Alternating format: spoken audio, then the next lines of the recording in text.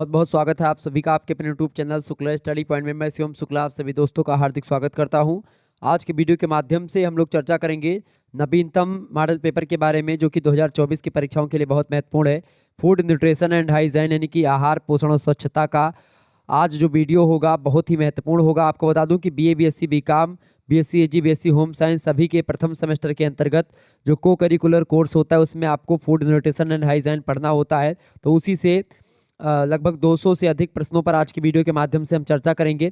तो को curricular course वाले छात्र छात्र हैं, सभी लोग इस वीडियो को अंत तक जरूर देखिएगा।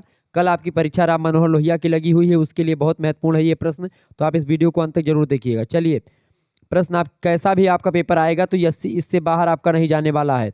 पहला प्रश्न आपकी स्क्रीन पर आ चुका है। समस्त व्यक्तियों के द्वारा सर्वोच्च स्तर का स्वास्थ्य प्राप्त करना, ये किस संस्था का लक्ष्य रखा गया है? मतलब कि ये किस संस्था ने लक्ष्य रखा कि समस्त व्यक्तियों को सर्वोच्च स्तर मतलब कि पर का स्वास्थ्य दिया जाए सभी व्यक्तियों को? ये WHO का लक्ष्य है, यानी कि वर्ल्ड हेल्थ ऑर्गेनाइजेशन का।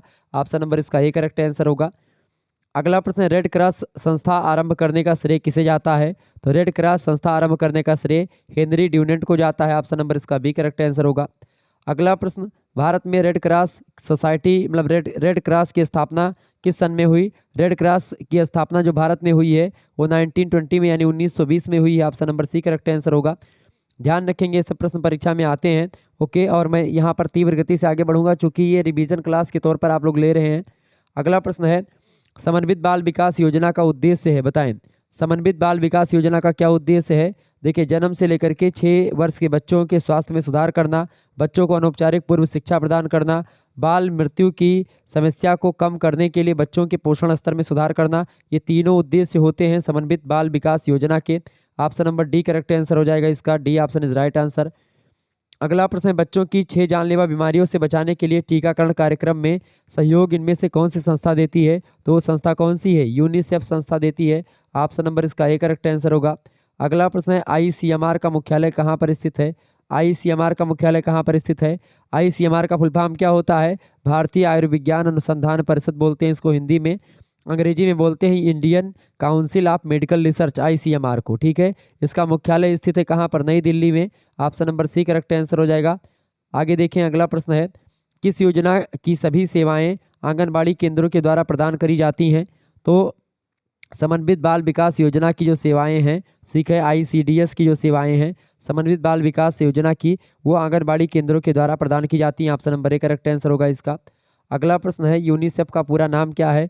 यूनिसेफ का पूरा नाम क्या है? United Nations children fund. United Nations children fund ये किसका फुल फॉर्म है? यूनाइटेड नेशंस, नेशनल नहीं है, यूनाइटेड नेशंस चिल्ड्रन फंड है। यहाँ पर चाइल्ड फंड है, यहाँ पर चिल्ड्रंस फंड है, लेकिन यहाँ पर यूनियन नेशनल लिखा हुआ है, तो नेशनल नहीं होगा। तो ये तीनों करेक्ट गलत आंसर हो जाएंगे। इसका बी करेक्ट आंसर हो, United Nations children fund UNICEF का पूरा नाम होता है। बी ऑप्शन करेक्ट आंसर होगा इसका। आगे देखेंगे, अगला क्वेश्चन आपकी स्क्रीन पर आ चुका है, फटाफट से आप देखेंगे। इंपॉर्टेंट प्रश्न है परीक्षा की दृष्टि से, ऐसे ही परीक्षा में प्रश्न आपके पूछे जाएंगे, ध्यान रखेंगे इस बात को। और आगे देखें, नवजात शिशु में कौन सी इंद्रियां सबसे कम विकसित होती हैं? बताइए, नवजात शिशु में प्रश्न क्या है आपसे पूछा गया है, नवजात शिशु में कौन सी इंद्रियां सबसे कम विकसित होती हैं? देखने वाली इंद्री, सूंघने वाली इंद्री, या फिर स्पर्श करने वाली, या फिर सुनने वाली? बताइएगा करेक्ट आंसर क्या हो जाएगा इसका। करेक्ट आंसर हो जाएगा ए ऑप्शन, देखने की इंद्री जो होती है वो कम विकसित होती है नवजात शिशु में। ऑप्शन नंबर इसका ए करेक्ट आंसर होगा। A option is right answer. आगे देखेंगे, 3 किलोग्राम वाले नवजात शिशु का भार लगभग 2 गुना हो जाएगा कितने महीने में? 3 किलोग्राम वाले नवजात शिशु का भार 2 गुना लगभग हो जाएगा 6 महीने में। ऑप्शन नंबर इसका बी करेक्ट आंसर होगा। अगला प्रश्न, चाय में पाया जाता है सॉरी चाय में क्या पाया जाता है? चाय में थियोफाइलिन, टेनिक एसिड और कैफीन सब पाए जाते हैं। Option number D correct answer हो जाएगा, ये सभी पाए जाते हैं। अगला प्रश्न है, अल्फा टॉक्सिन पाए जाते हैं, अल्फा टॉक्सिन कहाँ पर पाए जाते हैं बताएं? मूंगफली में अल्फा टॉक्सिन पाया जाता है, ध्यान रखेंगे, परीक्षा में पूछा गया प्रश्न है। अगला प्रश्न है, एक नवजात शिशु की लंबाई और वजन कितना होता है? एक नवजात शिशु की लंबाई और वजन जो होता है 53 सेंटीमीटर, उसकी 53 सेंटीमीटर और 3.5 किलोग्राम ये लंबाई और वजन होता है। ऑप्शन नंबर इसका सी करेक्ट आंसर होगा। अगला प्रश्न है हाइपरटेंशन को साधारणतः क्या कहते हैं? हाइपरटेंशन को बोलते हैं क्या? Silent killer. ऑप्शन नंबर इसका डी करेक्ट आंसर हो जाएगा। अगला प्रश्न आपकी स्क्रीन पर आ चुका है। पकाने की किस तेल में सबसे अधिक मात्रा में वसा अम्ल है? बताएं। पकाने के किस तेल में सबसे अधिक वसा में अम्ल, मतलब कि अधिक मात्रा में वसा अम्ल इनमें से है? बताएं किस तेल में? नारियल के तेल में सबसे ज्यादा वसा अम्ल है। ऑप्शन नंबर इसका सी करेक्ट आंसर होगा। अगला प्रश्न, यकृत उत्पन्न नहीं करता। क्या नहीं उत्पन्न करता यकृत? यकृत जो है वो गामा ग्लोब्यूलिन नहीं उत्पन्न करता है, बाकी एब्यूलिन मतलब एल्ब्यूमिन और फाइब्रिनोजन और प्रोथ्राम्बिन ये सब तीनों यूज करता है यकृत यानी लीवर, जबकि गामा ग्लोब्यूलिन नहीं उत्पन्न करता। तो बी ऑप्शन करेक्ट आंसर होगा इसका। अगला प्रश्न है, मानव शरीर में अनिवार्य अमीनो अम्लों की संख्या कितनी होती है? तो मानव शरीर में अनिवार्य अमीनो अम्लों की संख्या जो है वो 9 होती है। ऑप्शन नंबर इसका ए करेक्ट आंसर होगा। अगला प्रश्न, एकीकृत बाल विकास सेवा योजना कब शुरू की गई? 2 अक्टूबर 1975 को। ऑप्शन नंबर इसका डी करेक्ट आंसर हो जाएगा। आगे देखेंगे अगला क्वेश्चन है, रक्त शर्करा का स्तर और ऑक्सीजन नियंत्रित होता है। रक्त शर्करा का स्तर और ऑक्सीजन नियंत्रित होता है किसके द्वारा? तो इनमें से किसी के द्वारा नहीं होता है। ऑप्शन नंबर इसका डी करेक्ट आंसर हो जाएगा। रक्त शर्करा का स्तर और ऑक्सीजन नियंत्रित होता है हीमोग्लोबिन के द्वारा। क्लियर।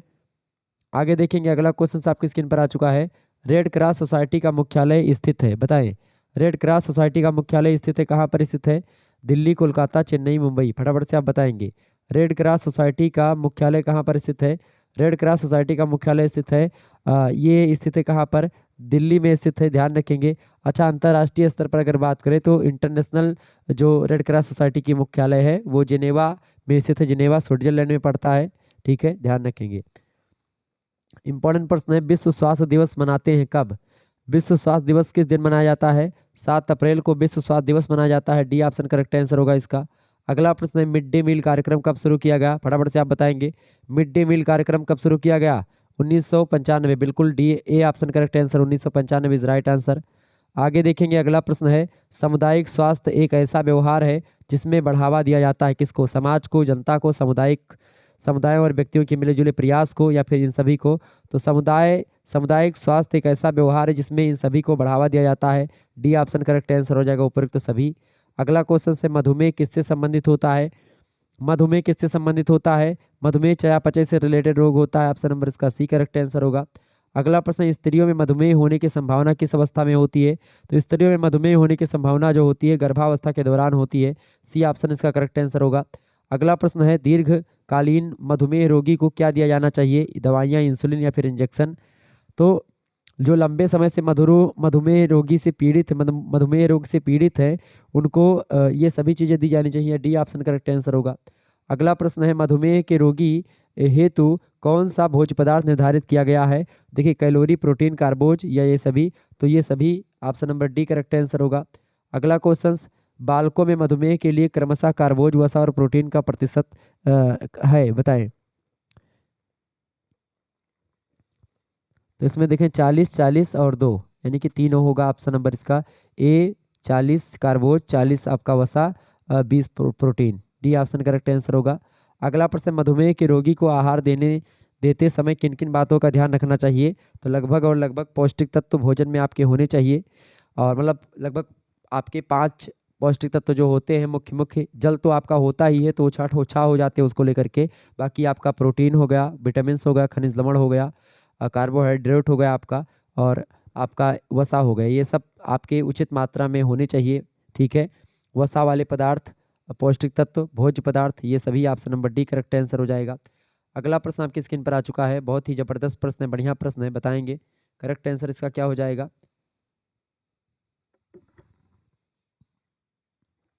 प्रश्न है, टाइफाइड रोग में नहीं देना चाहिए, क्या नहीं देना चाहिए? पापड़, चटनी, तले गए पदार्थ या फिर उपरोक्त सभी?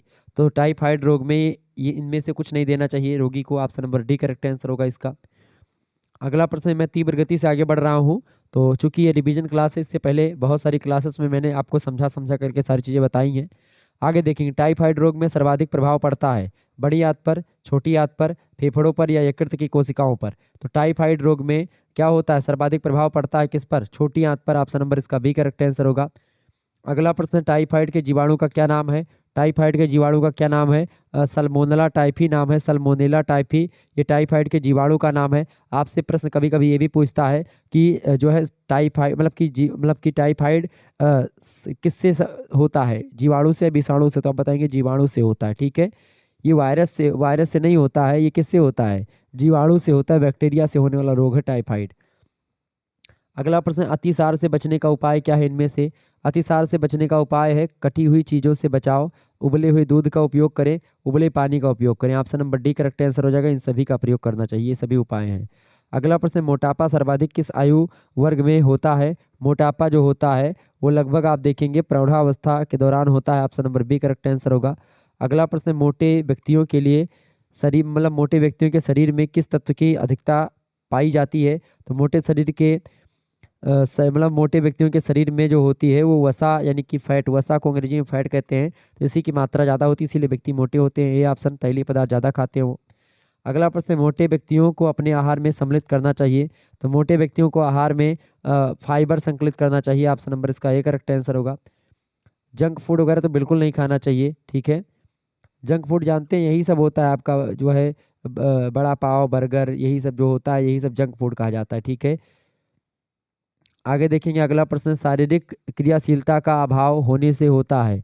शारीरिक क्रियाशीलता के अभाव होने से क्या बढ़ता है? मोटापा बढ़ता है, ओबेसिटी बढ़ती है। Option number A correct answer हो जाएगा। अगला प्रश्न, ब्लूबेरी में समृद्ध मात्रा में पाया जाता है? ब्लूबेरी में जानते हैं क्या फाइटोकेमिकल पाया जाता है। Option number A correct answer होगा। अगला प्रश्न, किसमें इम्यूनो मॉडुलेटरी गुण होते हैं? बताएं, इम्यूनो मॉडुलेटरी गुण किसमें होते हैं? तो डार्क चॉकलेट में होते हैं। Option number A correct answer होगा। कौन सा गुण हल्दी में पाया जाता है? इनमें से बताएं, कौन सा गुण हल्दी में पाया जाता है? हल्दी में देखेंगे ये तीनों गुण पाए जाते हैं, एंटी इम्प्लामेंट्री एंड एंटी ऑक्सीडेंट, और इसके अलावा थीमो प्रीवेंडिस। बिल्कुल डी ऑप्शन करेक्ट आंसर हो जाएगा इसका। आगे देखेंगे अगला प्रश्न आपकी स्क्रीन पर आ चुका, गर्भावस्था में किसका भार बढ़ जाता है? बताएंगे, गर्भावस्था के दौरान किसका भार बढ़ जाता है? फटाफट से आप बताएंगे, गर्भावस्था के दौरान किसका भार बढ़ जाता है भाई? बताइए, तो गुर्दों का, फेफड़ों का, लीवर का या हृदय का? तो गर्भावस्था के दौरान जो किसका भार बढ़ जाता है? बिल्कुल करेक्ट आंसर आप सभी का आ रहा है, गुर्दों का भार बढ़ जाता है। किसका? गुर्दों का भार बढ़ जाता है। ऑप्शन नंबर इसका ए करेक्ट आंसर होगा। आगे देखिएगा अगला प्रश्न है, गर्भावस्था में होने वाला शारीरिक परिवर्तन कौन सा है इनमें से? हार्मोन्स में परिवर्तन होता है, बिल्कुल शरीर में भी परिवर्तन होता है, और चयापचय संबंधी भी परिवर्तन गर्भावस्था के दौरान देखने को मिलता है। Option number D correct answer हो जाएगा, उपरोक्त तो सभी। आगे देखेंगे, गर्भावस्था में शरीर में वृद्धि होती है एसिड की, रक्त की, यूरिया की या थायमीन की? ठीक है, बताएं, थायमीन विटामिन B1 को कहते हैं, ये बात ध्यान रखेंगे। गर्भावस्था में शरीर में वृद्धि बताएं क्या होता है? प्रश्न क्या पूछा गया है? प्रश्न है, गर्भावस्था में शरीर में वृद्धि हो जाती है किसकी? तो बिल्कुल एसिड की वृद्धि होती है, ठीक, किसकी? एसिड की, अम्ल की वृद्धि होती है। ऑप्शन नंबर इसका ए करेक्ट आंसर हो जाएगा। आगे देखिएगा अगला प्रश्न आपकी स्क्रीन पर आ चुका है, प्रश्न बहुत ही महत्वपूर्ण है, गर्भावस्था में किसकी मात्रा कम लेनी चाहिए? विटामिन की, कैलोरी की, आयोडीन की या कैल्शियम की? तो गर्भावस्था के दौरान जो है वो कैल्शियम की मात्रा कम लेनी चाहिए। ऑप्शन नंबर इसका गर्भावस्था में किसकी मात्रा जो है, क्या पूछा गया? गर्भावस्था में किसकी मात्रा कम लेनी चाहिए? तो कैलोरी की मात्रा कम लेनी चाहिए। Option number B correct answer हो जाएगा। अगला क्वेश्चन आपकी स्क्रीन पर आ चुका है, गर्भावस्था में किस तत्व की रक्त में कमी हो जाती है? तो गर्भावस्था में किस तत्व की रक्त में कमी हो जाती है? कैल्शियम की कमी हो जाती है, ठीक है। Option number A correct answer हो जाएगा, कैल्शियम बढ़ा करके लेना चाहिए गर्भावस्था के दौरान। अगला प्रश्न है, गर्भवती महिला के शरीर में किसके कारण वृद्धि होती है? बताएं, गर्भावस्था के शरीर में, प्रश्न आपसे कह रहा है कि गर्भवती महिला के शरीर में किसके कारण वृद्धि होती है? कैलोरी के कारण से, नियासिन के, या फिर विटामिन के या कैल्शियम के? तो किसकी कमी किसकी बढ़ोतरी से वृद्धि होती है, किसके कारण से शरीर वृद्धि होती है? तो होता है कैलोरी के कारण से। Option number A correct answer हो जाएगा, ऊर्जा, कार्बोहाइड्रेट। नेक्स्ट प्रश्न है, गर्भावस्था में सामान्य से कितनी मात्रा में अतिरिक्त प्रोटीन लेनी चाहिए? सामान्य से ज़्यादा कितनी लेनी चाहिए? तो लगभग 10 ग्राम प्रोटीन जो है, अगर आप सामान्य अवस्था में जितना प्रोटीन लेती थी उससे 10 ग्राम प्रोटीन ज़्यादा लेनी चाहिए। Option number A correct answer होगा। अगला प्रश्न, गर्भवती महिला को निम्न में से कौन सा आहार नहीं लेना चाहिए? तो गर्भवती महिला को जो है बासी भोजन भी नहीं लेना चाहिए, ना तो गेहूं का छना आटा, इसके अलावा ना तला भुना मिर्च मसालेदार भोजन बिल्कुल नहीं लेना चाहिए। डी ऑप्शन ये सभी भोजन नहीं लेने चाहिए। आगे देखेंगे गर्भावस्था में किस तत्व की आवश्यकता बढ़ जाती है। गर्भावस्था के दौरान कैल्शियम की मात्रा बढ़ जाती है। डी ऑप्शन करेक्ट आंसर होगा। अगला क्वेश्चन आपके स्क्रीन पर आ चुका है। गर्भवती महिला को किस प्रकार का भोजन लेना चाहिए। तो गर्भवती महिला को किस प्रकार का भोजन लेना चाहिए। पौष्टिक भोजन लेना चाहिए, मौसम के अनुसार पर्याप्त जल भी लेना चाहिए, दूध दही और दूध से बने खाद्य पदार्थ भी लेने चाहिए। डी ऑप्शन उपरोक्त सभी भोज्य पदार्थ गर्भवती महिलाओं के लिए ही है। आगे देखेंगे गर्भावस्था के किस माह में रक्तचाप में वृद्धि हो जाती है।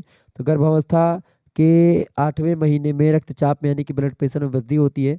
ऑप्शन नंबर इसका ए करेक्ट आंसर हो जाएगा, 8वें महीने।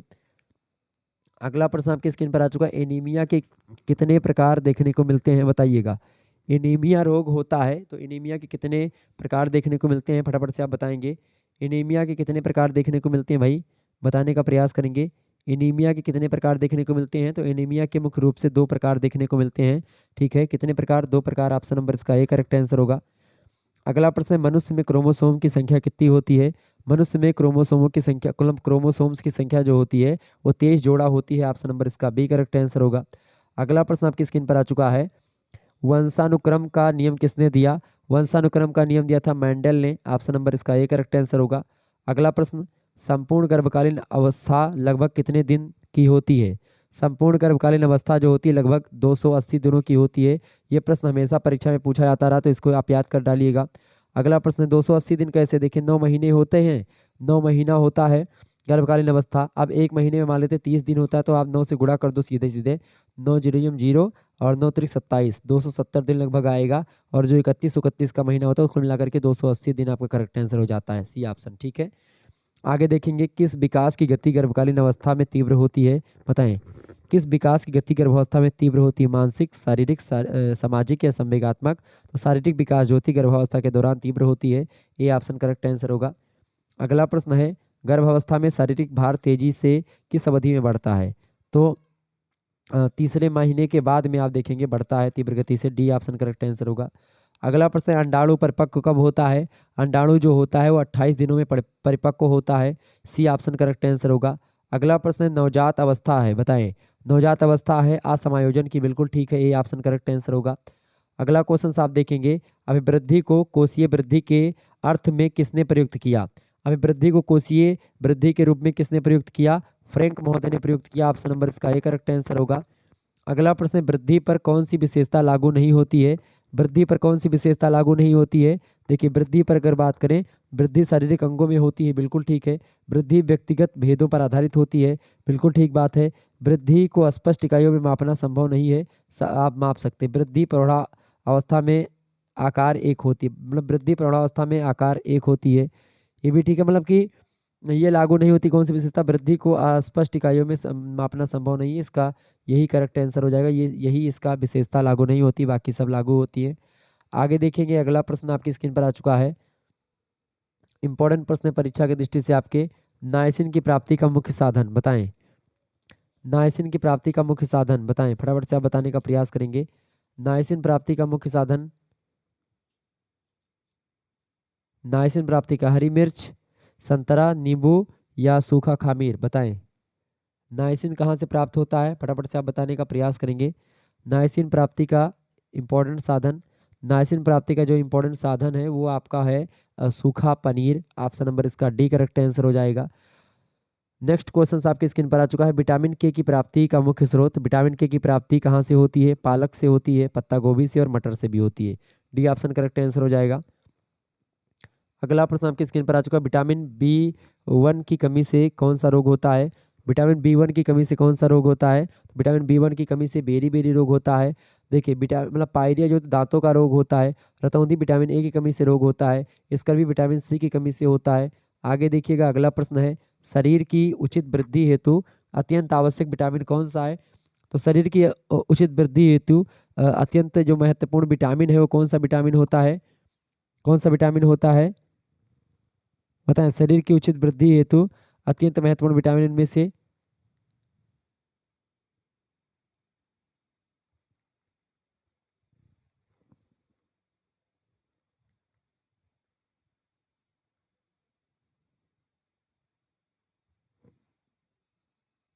विटामिन ए इसका करेक्ट आंसर हो जाएगा।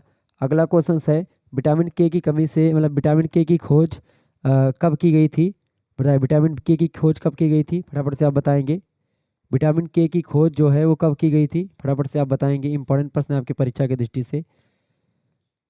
विटामिन के की खोज जो है वो कब की गई थी बताइएगा। 1934, 1938, 1912 या फिर 1943? करेक्ट आंसर क्या होगा इसका? सभी लोग बताने का प्रयास करेंगे।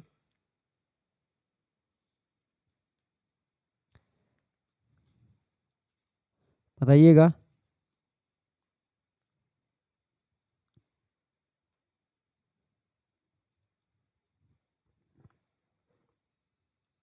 तो इसका करेक्ट आंसर क्या हो जाएगा भाई? इसका करेक्ट आंसर हो जाएगा 1929 में विटामिन के की खोज की गई थी। कब? 1929 में। यहाँ पर 1929 नहीं दिख रहा है, तो यहाँ पर ऑप्शन नंबर क्या आप लगा सकते हो? 1929 यहाँ पर ऑप्शन ए में कर लीजिएगा। 1929 करेक्ट आंसर हो जाएगा ए ऑप्शन। किसने खोज करी थी? तो हेनरिक डैम ने इसकी खोज करी थी, विटामिन के की खोज करी थी। ये बात ध्यान रखें। कब करी थी? 1929 में करी थी। ये बात ध्यान रखेंगे। इंपॉर्टेंट प्रश्न है आपकी परीक्षा की दृष्टि से। ओके, आगे बढ़ा जाए। आगे बढ़ते और भी चीज़ों को जानने का प्रयास करते हैं। विटामिन के की अगर बात करें तो अच्छा कहीं कहीं पर 1934 भी आपको मिल जाएगा। इस्कॉन हेडर भी लिखा हुआ आपको मिलेगा 1934, लेकिन उससे पहले 1929 में ही खोज हो चुकी थी, हेनरिक डैम ने करी थी। इस्कॉन हेडर भी कहीं कहीं पर आपको मिलेगा, इस्कॉन हेडियर, ठीक है, तो वो भी आपका कहीं कहीं पर सही होता है। लेकिन सबसे पहले खोज किसने करी थी? उन्होंने करी थी डैम ने। क्लियर? डैम का पूरा नाम क्या है? Henrik Dam. आगे देखेंगे तो 34, अगर यहाँ पर 29 नहीं है तो 34 भी आप लगा सकते हैं, कोई दिक्कत की बात नहीं है। हालांकि 29 आपका करेक्ट आंसर होगा। आगे देखेंगे लेकिन अगर 29 नहीं है तो आप 34 लगाएंगे। बाकी उसमें अगर 29 दिया जाएगा तो 29 पहला प्रेफरेंस होगा। अगला प्रश्न, खनिज तत्व तो नहीं है इनमें से, बताएं। खनिज तत्व तो नहीं है, बताएं। देखिए कैल्शियम और आयरन और आयोडीन ये सब आपके खनिज तत्व हैं। कैलोरी जो है ये ऊर्जा मापने की इकाई होती है, तो कैलोरी नहीं है। कैलोरी ये खनिज तत्व नहीं है।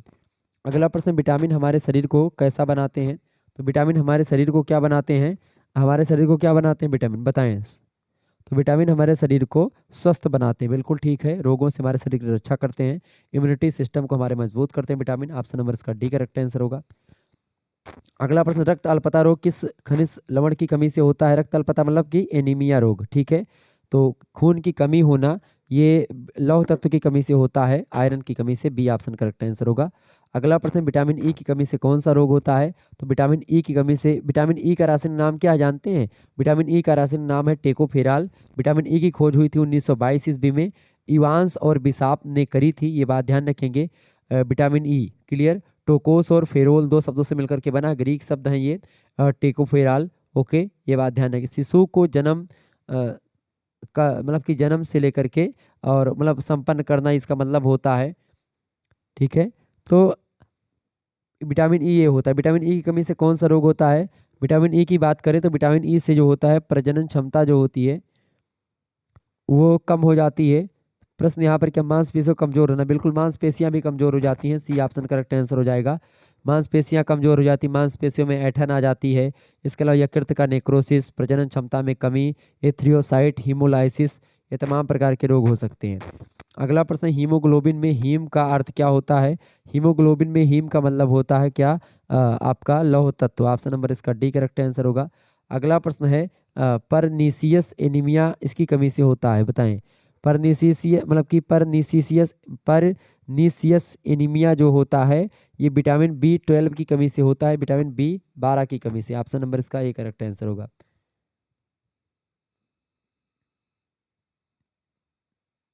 अगला प्रश्न है, घेंघा रोग जो होता है वो किस तत्व की कमी से होता है? फटाफट से आप बताएंगे। घेंघा रोग किस तत्व की कमी से होता है? इंपॉर्टेंट प्रश्न है परीक्षा की दृष्टि से आपके। तो घेंघा रोग जो होता है वो किस तत्व की कमी से होता है? घेंघा रोग जो होता है वो बिल्कुल आयोडीन की कमी से घेंघा रोग हो जाता है। घेंघा रोग किससे होता है? आयोडीन की कमी से घेंघा रोग हो जाता है। ऑप्शन नंबर इसका क्या करेक्ट आंसर हो जाएगा? B option. आगे देखेंगे, अगला प्रश्न है, निम्न में से कौन विटामिन का प्रकार नहीं है? Vitamin A, vitamin B, vitamin C vitamin के प्रकार हैं। विटामिन एफ विटामिन का प्रकार नहीं है। डी ऑप्शन करेक्ट आंसर होगा इसका। आगे देखेंगे निम्न में से कौन सा पदार्थ मानव शरीर में ईंधन की भूमिका निभाता है, तो बताएं ईंधन की भूमिका कौन सा निभाता है। कार्बोहाइड्रेट जो है वो शरीर में ईंधन की भूमिका निभाता है। ए ऑप्शन करेक्ट आंसर होगा इसका। शरीर में विकास, ऊर्जा, मरम्मत और अनुरक्षण के लिए आवश्यक होते हैं। देखिए इन सभी के लिए आवश्यक होते हैं कौन, पोषक तत्व। ऑप्शन नंबर इसका ए करेक्ट आंसर होगा। अगला प्रश्न है खनिज जिसकी शरीर के उचित रूप में कार्य करने के लिए आवश्यकता होती है, वो खनिज कौन सा है जो क्या करता है, शरीर के उचित रूप में कार्य करने के लिए आवश्यक होता है, तो वो होता है आपका calcium. Option number D correct answer हो जाएगा। अगला प्रश्न है सिट्स फल उत्तम स्रोत है। सिट्स फल किसका उत्तम स्रोत है, विटामिन सी का उत्तम स्रोत है। Option number B correct answer होगा। अगला प्रश्न प्रोटीन का स्रोत है इनमें से अच्छा, प्रोटीन का अच्छा स्रोत है देखें मछली, मुर्गी, अंडा, ये सब प्रोटीन के अच्छे स्रोत हैं। Option number D correct answer होगा। अगला प्रश्न शरीर के ऊतकों के मरम्मत का कार्य होता है, बताएं फटाफट से क्या होगा। शरीर के ऊतकों का मरम्मत कौन करता है, एंजाइम के द्वारा नहीं, कार्बोहाइड्रेट के द्वारा नहीं, खनिज के द्वारा नहीं, प्रोटीन के द्वारा। बिल्कुल शरीर के ऊतकों का निर्माण जो होता है या मरम्मत जो होता है वो किसके द्वारा होता है, प्रोटीन्स के द्वारा। Option number B correct answer होगा। अगला प्रश्न प्रोटीन की आधारीय इकाई क्या है, प्रोटीन की आधारीय इकाई क्या है, अमीनो अम्ल। ऑप्शन नंबर इसका बी करेक्ट आंसर हो जाएगा।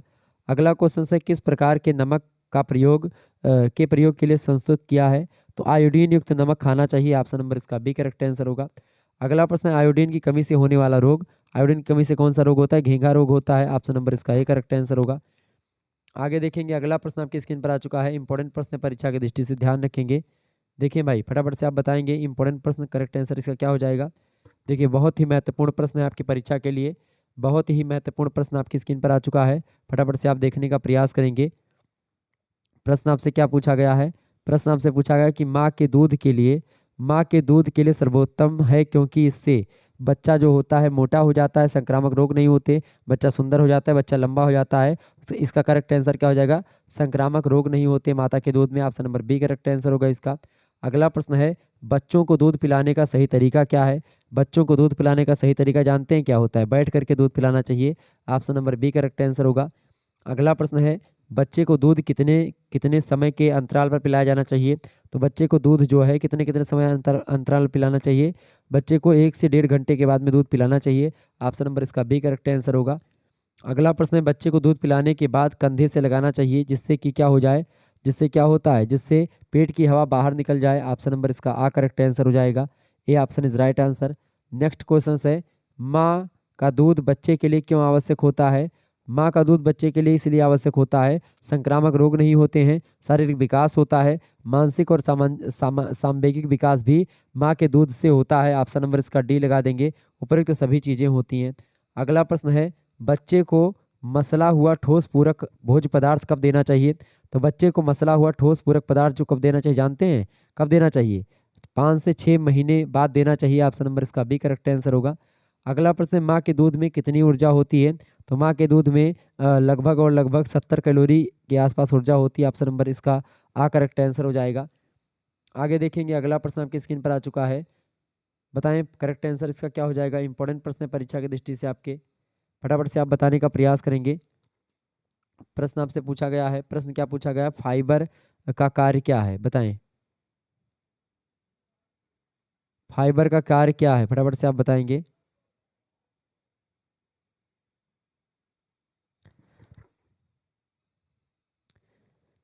बताइएगा घुलनशील फाइबर का कार्य क्या है, घुलनशील फाइबर का काम क्या होता है, इसका काम होता है रक्त कोलेस्ट्रॉल का स्तर कम करना, बिल्कुल ग्लूकोज के स्तर को कम करना और जैव प्रक्रिया का निर्माण जो कि वजन घटाती है, ये सब काम जो होता है घुलनशील फाइबर का होता है। ऑप्शन नंबर इसका डी करेक्ट आंसर हो जाएगा, उपरोक्त तो सभी। आगे देखेंगे अगला प्रश्न है घुलनशील फाइबर का प्रमुख कार्य क्या है, घुलनशील जो है कार्य क्या है, इनमें से ऑप्शन बदल गया है इनमें, बताएं तो घुलनशील फाइबर का काम इनमें से क्या है, इनमें से जो काम है वो है कि मल की मात्रा बढ़ा करके मलोत्सर्जन को बढ़ावा देते हैं। ऑप्शन नंबर इसका सी करेक्ट आंसर हो जाएगा।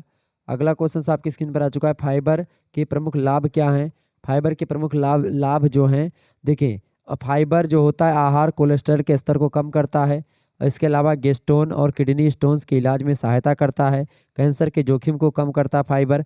ऑप्शन नंबर डी होगा, उपरोक्त सभी लाभ फाइबर के ही हैं। आगे देखेंगे 50 से अधिक वयस्क पुरुषों के लिए फाइबर की मतलब 50 साल से या 50 वर्ष से अधिक आयु वाले जो पुरुष हैं उनके लिए एक दिन में फाइबर की मांग कितनी बताई गई है। एक दिन में उनके लिए जो मांग बताई गई फाइबर की वो 25 ग्राम प्रतिदिन बताई गई है। सी ऑप्शन करेक्ट आंसर होगा। अगला प्रश्न है, फाइबर का अत्यधिक सेवन कौन सी हानि पहुंचा सकता है। तो फाइबर का अत्यधिक सेवन से कौन सी हानि हो सकती है। तो इससे आप देखेंगे गैस की समस्या का कारण भी बन सकता है, बिल्कुल। पेट में सूजन और पेट में ऐंठन का कारण भी बन सकता है। यदि पर्याप्त मात्रा में पानी का सेवन ना किया जाएगा तो मलोत्सर्जन में बाधा भी उत्पन्न हो सकती है फाइबर से। Option number D correct answer हो जाएगा। उपरोक्त तो सभी हानियां भी होती हैं इसकी। क्लियर। आगे देखेंगे अगला क्वेश्चन आपकी स्क्रीन पर आ चुका है, फटाफट से आप देखेंगे। इंपॉर्टेंट प्रश्न है। प्रश्न है, हमारे शरीर में जल का भाग है, बताएं हमारे शरीर में जल का कितना भाग होता है। हमारे शरीर की अगर बात की तो हमारे शरीर में जो जल का भाग है वो कितना है होता है 65 से 70% हमारे शरीर में जल होता है। Option number C correct answer हो जाएगा। आगे देखेंगे अगला प्रश्न है, हमारे शरीर के लिए जल उपयोगी है। हमारे शरीर के लिए जल उपयोगी इसलिए है क्योंकि इस रक्त को तरलता प्रदान करने के लिए, पाचन क्रिया में सहायता भी करता है जल, हानिकारक तत्वों के विसर्जन में भी सहायता करता है जल, यानी उपरोक्त सभी रूपों में जल उपयोगी है। Option number D correct answer होगा।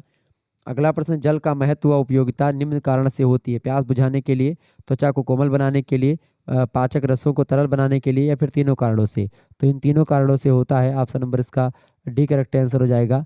अगला क्वेश्चन आपकी स्क्रीन पर आ चुका है, फटाफट से आप देखेंगे। प्रश्न है, जल निम्न में से क्या है, बताएं जल क्या होता है। यौगिक है, तत्व है, मिश्रण है, या फिर तीनों है। तो जल क्या होता है, जल एक यौगिक होता है। ऑप्शन नंबर इसका ए करेक्ट आंसर होगा।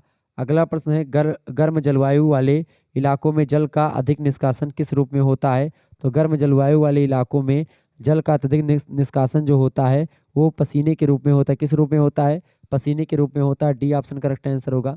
अगला प्रश्न, जल का रासायनिक सूत्र क्या है। बहुत ही इंपॉर्टेंट प्रश्न है। जल का रासायनिक सूत्र होता है H2O। सी ऑप्शन करेक्ट आंसर होगा।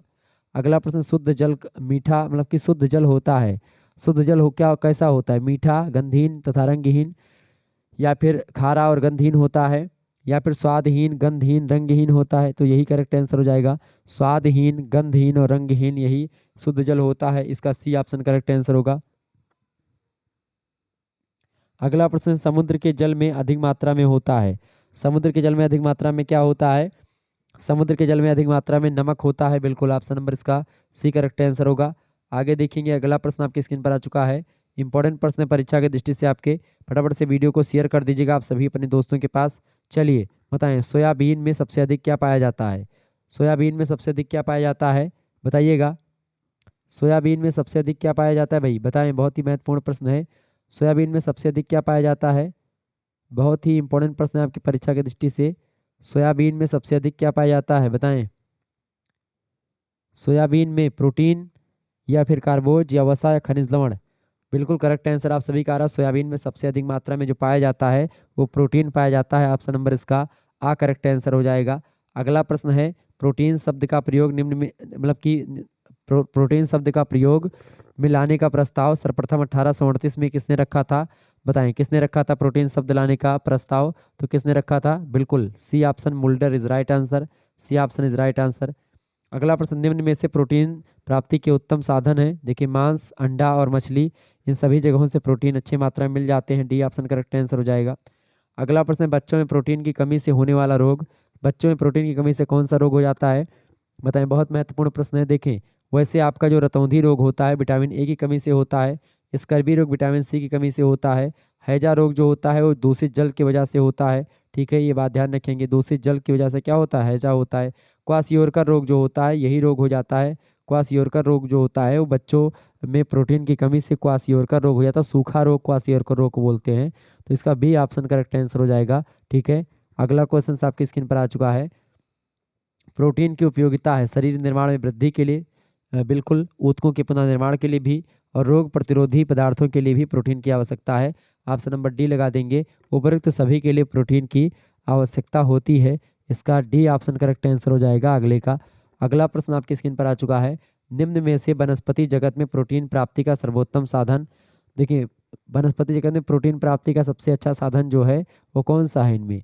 देखिए प्रोटीन प्राप्ति का सर्वोत्तम साधन इनमें से जो है वो सोयाबीन में होता है। सी ऑप्शन करेक्ट आंसर हो जाएगा इसका। Okay, C option is right answer. तो इसका करेक्ट आंसर क्या हो जाएगा? C option. अगला क्वेश्चन आप देखेंगे, निम्नलिखित में से प्रोटीन की जरूरत सबसे अधिक किसे होती है? बूढ़ों को, बच्चों को, या 25 वर्ष की महिला को, या 40 वर्ष के पुरुष को? तो इनमें से प्रोटीन की जरूरत सबसे अधिक जो होती है वो किसकी किसे होती है? वो होती है किसको?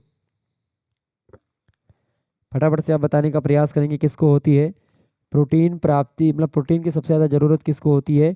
तो वो होती है 25 वर्ष की महिला को। बिल्कुल सी ऑप्शन, चूँकि 25 वर्ष की महिला जो होती है वो प्रोटीन जो होती है, चूँकि ऊतकों का निर्माण उसके लिए बहुत ज़रूरी होता है। टूट फूट की मरम्मत होती है, ऊतक बहुत सारे जो है डैमेज हो जाते हैं प्रसव के दौरान, और भी तमाम प्रकार की चीज़ें होती हैं। और एक गर्भवती महिला के लिए या धात्री अवस्था की महिला के लिए प्रोटीन बहुत ज़रूरी हो जाता है, कैल्शियम, प्रोटीन, इन सभी की मात्रा। वैसे बच्चों को प्रोटीन की ज़रूरत होती है उसके बाद में, स्त्रियों के बाद में, फिर बच्चों को उसके बाद में, ठीक है। और मतलब कि पुरुषों को उतना मतलब कम मिल जाती है प्रोटीन, तभी कोई दिक्कत की बात नहीं। ऊर्जा की ज़रूरत पुरुषों को ज़्यादा होती है, प्रोटीन की मात्रा कम उनको चाहिए। अगला प्रश्न, प्रोटीन के कार्य क्या होते हैं बताएं? प्रोटीन के कार्य, शरीर की टूट फूट की मरम्मत करना, बिल्कुल ठीक है। शरीर का निर्माण करना, शल्य चिकित्सा में उपयोगी, बिल्कुल डी ऑप्शन करेक्ट आंसर हो जाएगा इसका। डी ऑप्शन उपरोक्त सभी कार्य। अगला प्रश्न, अंडे में सबसे अधिक मात्रा में क्या पाया जाता है? अंडे में सर्वाधिक मात्रा में इनमें से देखें प्रोटीन ही पाया जाता है। Option number A correct answer होगा। अगला प्रश्न, प्रोटीन की कमी से दुष्प्रभाव। प्रोटीन की कमी से कौन सा दुष्प्रभाव होता है? शरीर में सूजन आ जाती है, शरीर का भार अनुपात से कम हो जाता है, शरीर में रक्त की मात्रा भी कम हो जाती है। Option number D correct answer हो जाएगा। उपरोक्त सभी चीज़ें हो जाती हैं, डी ऑप्शन इसका करेक्ट आंसर होगा। अगला प्रश्न आपकी स्क्रीन पर आ चुका, फटाफट से आप देखेंगे। प्रश्न बहुत ही महत्वपूर्ण है, ऐसे ही परीक्षा में आपके आते रहते हैं प्रश्न, ध्यान रखेंगे इस बात को। देखें, प्रश्न आपकी स्क्रीन पर आ चुका, कार्बोहाइड्रेट के संगठन का निम्न में से कौन सा अंग नहीं है बताएं? कार्बोहाइड्रेट में कौन सा एक अंग, मतलब इसमें नहीं आता तत्व? कार्बन, हाइड्रोजन और या फिर नाइट्रोजन, बताएं। तो इसका आप सभी लोग आंसर जानते भी होंगे। इसका करेक्ट आंसर क्या हो जाएगा? इसका करेक्ट आंसर क्या हो जाएगा? फटाफट से आप बताएंगे। बिल्कुल, नाइट्रोजन जो होता है ये कार्बोहाइड्रेट में नहीं होता। कैसे पता लगेगा? देखिए, ग्लूकोज का सूत्र क्या होता है? C6H12O6, C6H12O6। देखिए यहाँ पर एक C माने कार्बन हो गया, H माने हाइड्रोजन हो गया, O माने ऑक्सीजन हो गया, बाकी इसमें नाइट्रोजन नहीं होता। तो डी ऑप्शन वैसे आपका करेक्ट आंसर हो जाएगा, नाइट्रोजन नहीं होता। अगला प्रश्न, स्टार्च प्राप्ति का साधन है। स्टार्च प्राप्ति का साधन, देखिए पेड़ पौधों से, जड़ और बीज से, चावल से, सभी से स्टार्च की प्राप्ति हो जाती है। डी ऑप्शन करेक्ट आंसर हो जाएगा, उपरोक्त तीनों से। अगला क्वेश्चन आपकी स्क्रीन पर आ चुका है, पेड़ पौधों के हरे पत्तों में से, मतलब हरे पत्तों में एक विशेष पदार्थ पाया जाता है, उसे क्या कहते हैं? तो पेड़ पौधे के हरे पत्तों में पाया जाता है क्या? क्लोरोफिल पाया जाता है। ऑप्शन नंबर इसका सी करेक्ट आंसर हो जाएगा। अगला क्वेश्चन आपकी स्क्रीन पर आ चुका है, फटाफट से आप देखेंगे। वह कौन सी शर्करा जिसका मनुष्य शरीर में पोषण के रूप में कोई महत्व नहीं है, इनमें से बताएं? कौन सी वह शर्करा है जिसका मनुष्य शरीर में पोषण के रूप में कोई महत्व नहीं है? तो इसका करेक्ट आंसर क्या हो जाएगा? इसका करेक्ट आंसर हो जाएगा सेल्यूलोज। ऑप्शन नंबर इसका बी करेक्ट आंसर होगा। अगला क्वेश्चन है, कार्बोहाइड्रेट प्राप्ति के शर्करा युक्त पदार्थ हैं, बताएं। कार्बोहाइड्रेट के शर्करा युक्त पदार्थ कौन से हैं इनमें से? फटाफट से आप बताएंगे, बताएं। इनमें गुण और शक्कर ये दोनों होते हैं, ठीक है। ऑप्शन नंबर इसका डी लगा देंगे, करेक्ट आंसर हो जाएगा 17 का D option. D option is right answer. अगला क्वेश्चन है, प्रोटीन का प्रमुख कार्य क्या है, बताएं। प्रोटीन का प्रमुख कार्य क्या होता है? देखिए, प्रोटीन का प्रमुख कार्य क्या होता है इनमें से? फटाफट से आप बताएंगे। 18वें, मतलब इसका करेक्ट आंसर क्या हो जाएगा? देखिए, शरीर के कोषों व पाचक रस हार्मोन्स का निर्माण करना प्रोटीन का काम हो जाता है। ऊर्जा प्रदान करना कार्बोहाइड्रेट का काम होता है। कार्बोज की कमी को दूर करना ये सब नहीं। ऑप्शन नंबर इसका ए करेक्ट आंसर हो जाएगा। अगला प्रश्न है, कार्बोहाइड्रेट के स्टार्च युक्त पदार्थ हैं। कार्बोहाइड्रेट के स्टार्च युक्त पदार्थ कौन से इनमें से? फटाफट से आप बताएंगे। कार्बोहाइड्रेट की स्टार्च युक्त पदार्थ, गेहूं, जौ, बाजरा या फिर ये सभी? तो बिल्कुल इसका करेक्ट आंसर क्या हो जाएगा? ऊपर एक तो सभी करेक्ट आंसर हो जाएगा इसका। D option is right answer. अगला क्वेश्चन आपके स्क्रीन पर आ चुका है, दोहरी शर्करा कहते हैं। दोहरी शर्करा किसे कहते हैं? दोहरी शर्करा इनमें से कौन सी है, बताएं। दोहरी शर्करा जो है वो सुक्रोज, माल्टोज और लैक्टोज जो है दोहरी शर्करा है। ऑप्शन नंबर इसका सी आ करेक्ट आंसर हो जाएगा। अगला प्रश्न, सामान्य तौर पर रक्त में ग्लूकोज की मात्रा होती है। दोहरी शर्करा का मतलब समझ रहे, डाइसैकेराइड, ठीक है। या सामान्य तौर पर रक्त में ग्लूकोज की मात्रा होती है, कितने ml होती है, कितने से कितने ml, बताएं। तो सामान्य तौर पर रक्त में ग्लूकोज की मात्रा जो होती है वो कितनी होती है? तो ग्लूकोज की मात्रा कितनी होती है भाई, वो होती है आपकी 70 mg से 90 mg/ml तक। ठीक है, ऑप्शन नंबर इसका ए करेक्ट आंसर हो जाएगा। अगला प्रश्न, एक सामान्य स्वस्थ व्यक्ति को कितना कार्बोज प्रतिदिन लेना चाहिए। तो लगभग और लगभग एक सामान्य स्वस्थ व्यक्ति को 400 से 500 ग्राम कार्बोज एक दिन में लेना चाहिए। ऑप्शन नंबर इसका सा करेक्ट आंसर हो जाएगा। आगे देखेंगे, अगला क्वेश्चन आपकी स्क्रीन पर आ चुका है, बढ़िया प्रश्न है परीक्षा की दृष्टि से आपके। संतुलित आहार को प्रभावित करने वाला तत्व है, बताएं। स्वास्थ्य, क्रियाशीलता, जलवायु और मौसम। बिल्कुल ये तीनों प्रभावित करते हैं। किसको प्रभावित करना है, संतुलित आहार को। बिल्कुल ये तीनों प्रभावित करते हैं। ऑप्शन नंबर इसका डी करेक्ट आंसर हो जाएगा। D option is right answer. उपरोक्त सभी चीजें प्रभावित करते हैं। इंपॉर्टेंट प्रश्न, परीक्षा में आया हुआ प्रश्न है। अगला क्वेश्चन आपकी स्क्रीन पर आ चुका है, वह आहार जिसमें एक व्यक्ति के प्रतिदिन की शारीरिक आवश्यकताएं पूरी करने में सामर्थ्य हो उसे क्या कहते हैं। वह आहार जिसमें एक व्यक्ति के प्रतिदिन की शारीरिक आवश्यकताएं पूरी करने की सामर्थ्य हो उस आहार को हम क्या कहते हैं, उस आहार को हम संतुलित आहार कह सकते हैं। ऑप्शन नंबर इसका बी करेक्ट आंसर होगा। अगला प्रश्न, WHO का पूरा नाम क्या है। वर्ल्ड हेल्थ ऑर्गेनाइजेशन इसका पूरा नाम है। ऑप्शन नंबर इसका आ करेक्ट आंसर हो जाएगा। ठीक है, फूड एंड एग्रीकल्चर ऑर्गेनाइजेशन बोलते हैं FAO को। FAO का फुल फॉर्म क्या होता है, food and agriculture organization. Indian council of research medical research होता है ICMR। ICMR का फुल फॉर्म होता है Indian council of research medical research. ठीक है, ध्यान रखेंगे इस बात को। अगला प्रश्न है, निम्न में से संतुलित आहार के अवयव हैं, कौन से हैं। कैलोरी संतुलित आहार के अवयव हैं, प्रोटीन भी है, खनिज तत्व भी है और विटामिन भी है। डी ऑप्शन हो जाएगा, उपरोक्त सभी तत्व हैं। अगला प्रश्न, पोषक तत्व होते हैं कैलोरी, वसा, लोहा या उपरोक्त सभी। कैलोरी यहाँ पर होना चाहिए, कैलोरी, वसा और लोहा सभी होते हैं पोषक तत्व। D option. अगला प्रश्न है आपकी स्क्रीन पर, सुरक्षात्मक पौष्टिक तत्व निम्न में से कौन सा है। सुरक्षात्मक पौष्टिक तत्व का मतलब होता है कि जो हमारे शरीर को रोगों से बचाते हैं, हमारे शरीर की जो इम्यूनिटी सिस्टम है उसको मजबूत करते हैं। तो खनिज तत्व और विटामिन्स जो होते हैं वो हमारे शरीर की रोगों से रक्षा करते हैं, हमारे इम्यूनिटी सिस्टम को मजबूत करते हैं। इसका सी ऑप्शन करेक्ट आंसर होगा। अगला क्वेश्चन है, शरीर को ऊर्जा निम्न में से कौन सा पौष्टिक तत्व देता है। तो जो ऊर्जा मिलती है वो किससे मिलती है, इनमें से किससे मिलती है, बताएं। करेक्ट आंसर क्या हो जाएगा, इनमें से देखिए खनिज लवण से भी नहीं मिलती है, विटामिन से भी नहीं मिलती है उतना ज़्यादा, वसा से ऊर्जा मिल जाती है। ए ऑप्शन करेक्ट आंसर हो जाएगा। बाकी कार्बोहाइड्रेट से बहुत ज़्यादा ऊर्जा मिलती है। 1 ग्राम वसा की अगर बात करें तो 9 कैलोरी ऊर्जा 1 ग्राम वसा देता है। 1 ग्राम प्रोटीन जो होता है, 1 ग्राम प्रोटीन जो ऊर्जा देता है वो 4 कैलोरी ऊर्जा देता है। 1 ग्राम जो आपका कार्बोहाइड्रेट होता है वो भी 4.1 कैलोरी ऊर्जा देता है। ये बात ध्यान रखेंगे। ये भी 4.2 देता है लगभग में जो प्रोटीन होता है, लेकिन 4 आपका दोनों बराबर लगभग लिख सकते हैं, कोई दिक्कत नहीं उसमें। आगे देखिएगा, अगला क्वेश्चन आपकी स्क्रीन पर आ चुका है, इस विटामिन का प्रमुख कार्य है नेत्र ज्योति ठीक करना। बताएं किस विटामिन का काम है नेत्र ज्योति ठीक करना, फटाफट से आप बताएंगे। नेत्र ज्योति ठीक करना कौन सा विटामिन का काम है, आप सभी लोगों को पता होगा। बिल्कुल, बहुत बढ़िया तरीके से आप लोग आंसर लगा रहे हैं। तो वो होता है आपका vitamin A is right answer. Vitamin A is right answer. Correct answer क्या हो जाएगा, vitamin A is right answer. ठीक है, विटामिन ए नेत्र ज्योति को ठीक करता है। अगला प्रश्न, बेरी बेरी रोग किस विटामिन की कमी से होता है। तो बेरी बेरी रोग जो होता है वो विटामिन बी की कमी से होता है। ऑप्शन करेक्ट आंसर हो जाएगा विटामिन B1। ठीक है, अच्छा, विटामिन के की कमी से कौन सा रोग होता है, रक्त का थक्का नहीं बनता। विटामिन ई की कमी से कौन सा रोग होता है, प्रजनन क्षमता कम हो जाती है। विटामिन सी की कमी से कौन सा रोग होता है, स्कर्वी रोग हो जाता है। ध्यान रखेंगे। अगला प्रश्न, विटामिन के की प्राप्ति का मुख्य स्रोत क्या है। पालक, मटर और पत्ता गोभी ये विटामिन के की प्राप्ति के स्रोत हैं। ऑप्शन नंबर डी लगा देंगे, करेक्ट आंसर हो जाएगा। अगला क्वेश्चन आपकी स्क्रीन पर आ चुका है। अगला प्रश्न है, विटामिन के की खोज कब की गई थी, बताएं। विटामिन के की खोज कब की गई थी, इसका करेक्ट आंसर क्या हो जाएगा। इसका करेक्ट आंसर क्या हो जाएगा, विटामिन के की खोज। अब इसमें देखें 1934, 1933, 1938 और 1912 चार ऑप्शन दिए गए हैं। 1929 में भी खोज जो है मैंने आपको बता दिया था। तो इसका करेक्ट आंसर क्या हो जाएगा, इसका हो जाएगा 1934। बिल्कुल 1934 अगर है ऑप्शन में तो 1934 लगाएंगे। 1929 अगर दिया जाएगा तो आप लगा सकते हैं, कोई दिक्कत नहीं। बाकी 1934 में ये खोज हुई थी, ध्यान रखेंगे विटामिन के की। अगला क्वेश्चन है, शरीर की उचित वृद्धि हेतु वह विटामिन अत्यंत ही महत्वपूर्ण है, वो विटामिन कौन सा है। शरीर की उचित वृद्धि के लिए जो विटामिन आवश्यक है उस विटामिन को क्या बोलते हैं।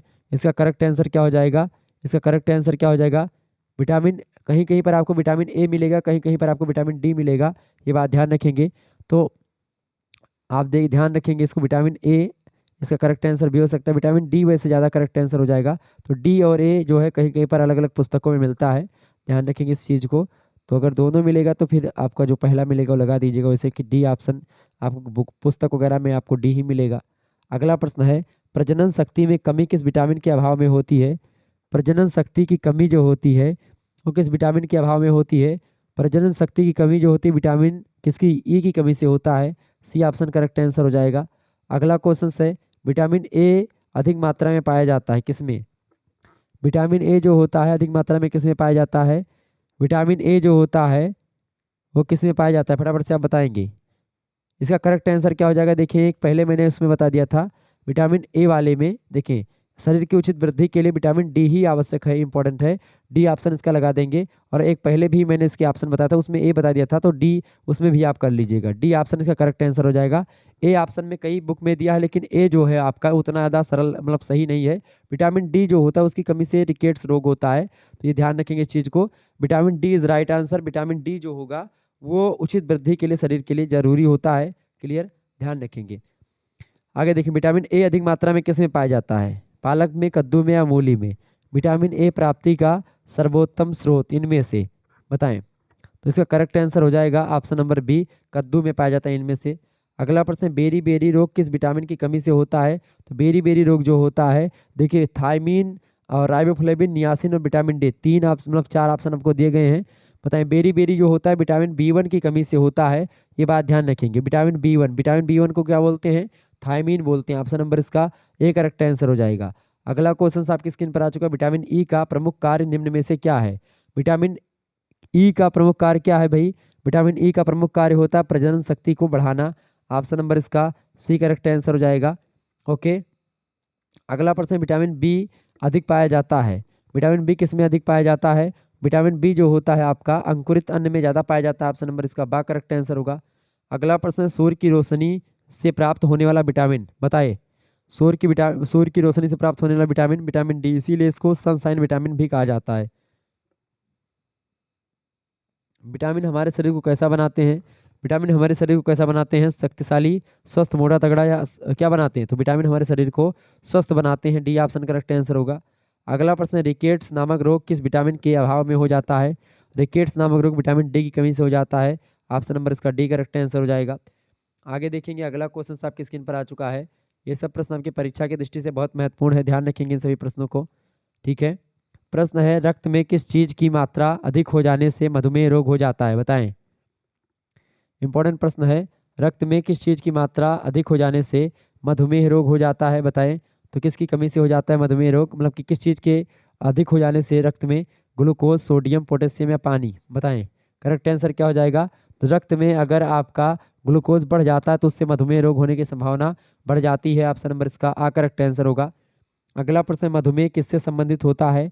मधुमेह जो होता है आपका ये चयापचय से रिलेटेड होता है। ऑप्शन नंबर इसका सी करेक्ट आंसर होगा। अगला प्रश्न, स्त्रियों में मधुमेह होने की संभावना किस अवस्था में होती है? तो स्त्रियों में मधुमेह होने की संभावना जो होती है वो गर्भावस्था के दौरान होती है। ये प्रश्न देखिए, सब ऐसे प्रश्न जो लगातार पूछे जाते हैं इसीलिए रिपीट हो रहे हैं हमारे द्वारा बताए गए में भी। मधुमेह रोग होता है, कैसा होता है? मधुमेह रोग जो है वंशानुक्रमण रोग है, क्षय रोग है या असंक्रामक है या संक्रामक है? तो मधुमेह रोग जो होता है वो वंशानुक्रम रोग होता है। ऑप्शन नंबर इसका आ करेक्ट आंसर होगा। अगला प्रश्न है, मधुमेह में किस दवा को रोगी को दिया जाता है? देखिए, मधुमेह में इंसुलिन दिया जाता है। ऑप्शन नंबर इसका बा करेक्ट आंसर हो जाएगा। आगे देखेंगे, अगला क्वेश्चन आपकी स्क्रीन पर आ चुका है, बहुत ही महत्वपूर्ण प्रश्न है, ये प्रश्न छोड़ दें। अगला प्रश्न आपकी स्क्रीन पर क्या आ चुका है देखेंगे। प्रश्न आपकी स्क्रीन पर आ चुका, फटाफट से आप देखिएगा, इंपॉर्टेंट प्रश्न है आपकी परीक्षा की दृष्टि से, प्रश्न महत्वपूर्ण है, फटाफट से वीडियो को लाइक और शेयर कर दीजिएगा। देखिए प्रश्न क्या दिया हुआ है, प्रश्न आपका दिया हुआ है, देखिए एप्रोसिएट टेक्नोलॉजी फॉर हेल्थ यानी जिसको एटीएच बोलते हैं, इसका उद्देश्य क्या था? इसका उद्देश्य है कि प्रत्येक देश जो है स्वयं स्वावलंबी बने और समस्या का हल करे। ऑप्शन नंबर इसका ए करेक्ट आंसर हो जाएगा। ओके, अगला क्वेश्चन है, एफएओ का पूरा नाम क्या है? एफएओ का पूरा नाम है फूड एग्रीकल्चर ऑर्गेनाइजेशन। इसका मुख्यालय रोम में स्थित है, इटली में पड़ता है रोम। अगला क्वेश्चन है, संयुक्त राष्ट्र संघ यूएनओ की विशिष्ट शाखा कौन है? यूएनओ की विशिष्ट शाखा यूनिसेफ। ऑप्शन नंबर इसका बी करेक्ट आंसर होगा। अगला प्रश्न, यूनिसेफ और यूएनओ का, इन दोनों का संगठनों की स्थापना कब हुई? तो इन दोनों संगठनों की स्थापना 11 दिसंबर 1946 को हुई है। 11 दिसंबर 1946 करेक्ट आंसर हो जाएगा, 1946। ठीक है, ऑप्शन नंबर इसका ए करेक्ट आंसर हो जाएगा, 1946। सब में 1900 कर लेंगे। ठीक है, अगला प्रश्न, द्वितीय विश्व युद्ध की विभीषिका को देखते हुए बालकों की व्याप्त आवश्यकताओं की पूर्ति को शीर्ष मतलब कि सर्वसम्मति से एक कोष फंड का अधिशेष स्वीकृत किया गया यूनिसेफ के द्वारा। बिल्कुल ठीक है, ऑप्शन नंबर इसका ए करेक्ट आंसर होगा। अगला क्वेश्चन आपकी स्क्रीन पर आ चुका है। यूनिसेफ का मुख्यालय न्यूयॉर्क में है, परंतु यूनिसेफ का अधिकांश व्यवस्था का संचालन कहाँ से होता है? तो कोपेगन से होता है। ऑप्शन नंबर इसका डी करेक्ट आंसर होगा। अगला प्रश्न, यूनिसेफ संयुक्त राष्ट्र अंतर्राष्ट्रीय से मतलब यूनिसेफ संयुक्त राष्ट्र अंतर्राष्ट्रीय बाल आपातकालीन कोष जो है उसका शॉर्ट फॉर्म क्या है? यूनिसेफ का फुल फॉर्म ही होता है यूनाइटेड नेशंस, मतलब कि यूनाइटेड मतलब कि यूनिसेफ का फुल फॉर्म क्या होता है? संयुक्त राष्ट्र अंतर्राष्ट्रीय बाल आपातकालीन कोष। ऑप्शन नंबर इसका आ करेक्ट आंसर हो जाएगा। United Nations international children emergency fund बोलते हैं यूनिसेफ को। अगला प्रश्न है, भारत और यूनिसेफ, प्रश्न क्या दिया गया है? भारत और यूनिसेफ ने अपना कार्य आरंभ कब किया? तो भारत और यूनिसेफ ने अपना कार्य आरंभ किया कब? 1949 से। ऑप्शन नंबर इसका सा करेक्ट आंसर होगा। अगला प्रश्न है, आहार और कृषि संगठन है, FAO को आहार और कृषि संगठन कहते हैं। ए ऑप्शन करेक्ट आंसर होगा। अगला क्वेश्चन आपके स्क्रीन पर आ चुका है। ये सब प्रश्न परीक्षा में पूछे गए हैं, प्रश्न ध्यान रखेंगे इन प्रश्नों को, इसीलिए मैंने आज भी इन प्रश्नों को रख दिया है वीडियो में। देखिए, खांसी और जुकाम की पारंपरिक दवा, खांसी और बुखार की पारंपरिक दवा क्या होती है? देखिए, तुलसी के पत्तों की चाय, अदरक की चाय और नींबू की चाय, तीनों। ऑप्शन नंबर डी होगा उपयुक्त सभी। अगला प्रश्न है, रिवीजन हो रहा है आपका सभी का। अगला प्रश्न, तापमान और ऊर्जा को क्रमशः किसके द्वारा मापा जाता है? तापमान और ऊर्जा को क्रमशः किसके द्वारा? थर्मामीटर और कैलोरीमीटर के द्वारा मापा जाता है। तापमान को थर्मामीटर के द्वारा और ऊर्जा को कैलोरीमीटर के द्वारा। ऑप्शन नंबर इसका सा करेक्ट आंसर होगा। अगला प्रश्न आप देखेंगे, वसा में घुलनशील विटामिन है। वसा में घुलनशील विटामिन देखें, विटामिन बी मतलब vitamin A, vitamin D, vitamin के, ये 3 विटामिन ऐसे हैं जो वसा में घुलनशील विटामिन है। बी और सी विटामिन जो हैं वो आपके जल में घुलनशील है, बाकी सारे विटामिन आपके जो है वसा में घुलनशील है। तो बी ऑप्शन इसका करेक्ट आंसर हो जाएगा। अगला प्रश्न है, निम्नलिखित में से वह रोग जो पानी से नहीं फैलता है। देखिए, पानी से जो नहीं फैलने वाला रोग जो है वो कौन सा रोग होता है? मलेरिया पानी से नहीं फैलता, बाकी हेपेटाइटिस ए, पीलिया, अतिसार, ये सब पानी से फैलने वाले, दूषित जल से फैलने वाले रोग हैं। अगला क्वेश्चन है, एक स्वस्थ मनुष्य के शरीर में मतलब कि एक स्वस्थ मनुष्य के शरीर में मतलब कि जो सामान्य तापमान होता है कितना होता है? 98.6 फ़ारेनहाइट होता है। इंपॉर्टेंट प्रश्न परीक्षा में ये सब लगातार प्रश्न पूछे गए हैं। अगला प्रश्न, जो रोगी नियमित भोजन को चबाकर या निगल कर नहीं खा सकते उन्हें क्या लेना चाहिए? उनको कैसा आहार लेना चाहिए? तरल आहार लेना चाहिए। ऑप्शन नंबर इसका सा करेक्ट आंसर हो जाएगा। इंपॉर्टेंट प्रश्न, ये सब प्रश्न 2022 की परीक्षा में, 23 की परीक्षा में पूछे गए हैं।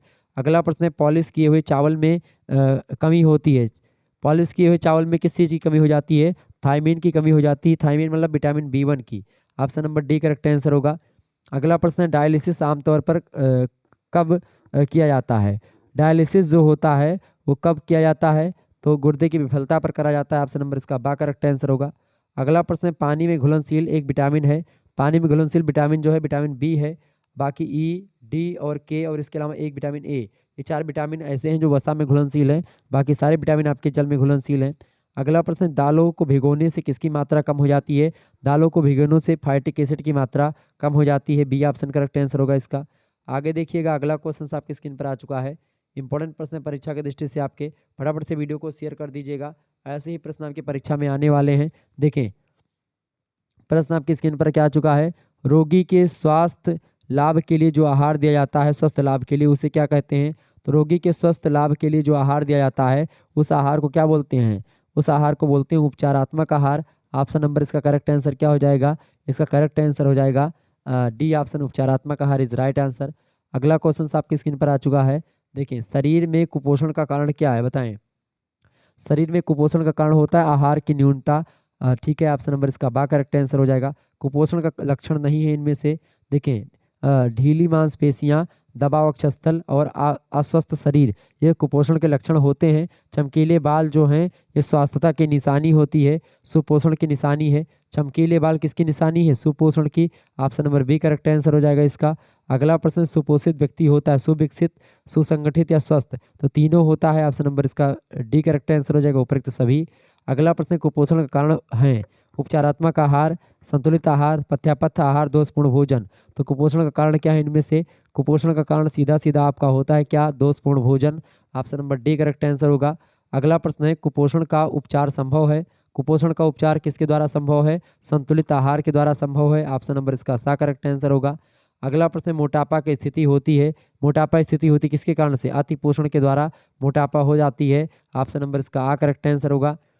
अगला प्रश्न, उत्सर्जन कार्यों हेतु किस पोषक तत्व की भूमिका महत्वपूर्ण होती है? तो उत्सर्जन कार्यों के लिए जल की उपयोगिता बहुत ज़्यादा जरूरी होती है। ये ऑप्शन करेक्ट आंसर होगा।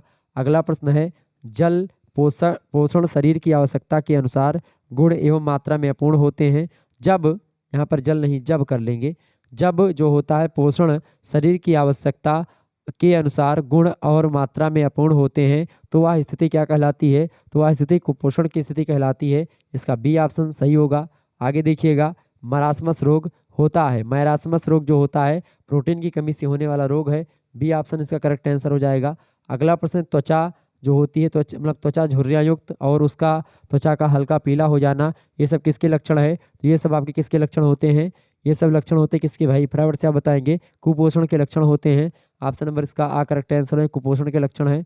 अगला क्वेश्चन है, भारत में पोषक तत्वों की कमी से सर्वाधिक रूप से पाई जाने वाली बीमारी तो होती है ऊर्जा प्रोटीन कुपोषण जो है भारत में बहुत ज़्यादा आपको मिलेगी देखने को। ये ऑप्शन करेक्ट आंसर हो जाएगा। आगे देखिएगा, अगला क्वेश्चन आपकी स्क्रीन पर आ चुका है।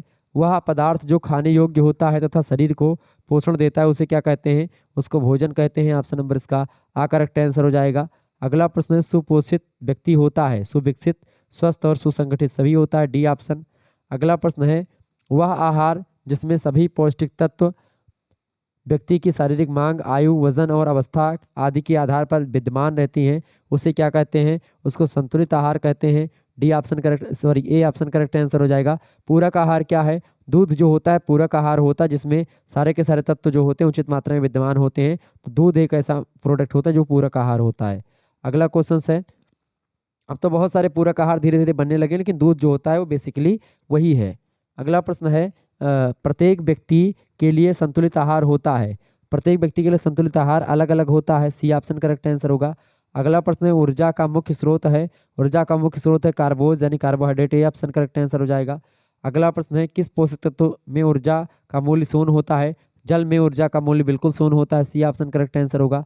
अगला प्रश्न, WHO की स्थापना कब हुई थी? बताएं, वर्ल्ड हेल्थ ऑर्गेनाइजेशन की स्थापना कब हुई थी? फटाफट से आप बताएंगे। 1948 में हुई थी। इसका बी ऑप्शन करेक्ट आंसर होगा। अगला प्रश्न, भोजन के प्रमुख कार्यों में शामिल है? शारीरिक कार्य, सामाजिक कार्य, मनोवैज्ञानिक कार्य, ये तीनों कार्य जो हैं भोजन के प्रमुख कार्यों में शामिल हैं। डी ऑप्शन इसका करेक्ट आंसर हो जाएगा। ये सब प्रश्न बहुत महत्वपूर्ण है, परीक्षा के लिए ध्यान रखेंगे। अगला प्रश्न है, मध्य ऊपरी बाह्य परिधि MUAC किसका आकलन करने के लिए प्रयोग किया जाता है? ये किया जाता है पोषण की स्थिति का आकलन करने के लिए प्रयोग MUAC का। Option number C correct answer होगा। आगे देखेंगे, अगला प्रश्न है, निम्नलिखित में से कौन एक मुलायम यानी सॉफ्ट आहार नहीं है? देखिए, खिचड़ी, पुडिंग और खीर ये सब एक सॉफ्ट आहार है। सूप एक तरल आहार है। ऑप्शन नंबर इसका ही करेक्ट आंसर हो जाएगा। अगला क्वेश्चन आपकी स्क्रीन पर आ चुका है, बहुत ही महत्वपूर्ण प्रश्न है। देखेंगे, ये प्रश्न वही प्रश्न दोबारा आ गया था। राष्ट्रीय पोषण सप्ताह, राष्ट्रीय पोषण सप्ताह की बात की जा रही है। बताएं, इंपॉर्टेंट प्रश्न है परीक्षा की दृष्टि से। राष्ट्रीय पोषण सप्ताह कब मनाया जाता है? बताएं। 1 सितंबर से लेकर के 7 सितंबर तक का जो समय काल है ये राष्ट्रीय पोषण सप्ताह मनाया जाता है। इसमें ऑप्शन नंबर इसका करेक्ट आंसर होगा। आगे देखेंगे, अगला प्रश्न है, विश्व खाद्य दिवस किस दिन मनाया जाता है? विश्व खाद्य दिवस जो मनाया जाता है 16 अक्टूबर को मनाया जाता है। यह प्रश्न लगातार परीक्षा में आ रहा है। अगला प्रश्न है, RBC का जीवन काल लगभग कितना होता है? RBC का जीवन काल लगभग 120 दिनों का होता है। बी ऑप्शन करेक्ट आंसर होगा।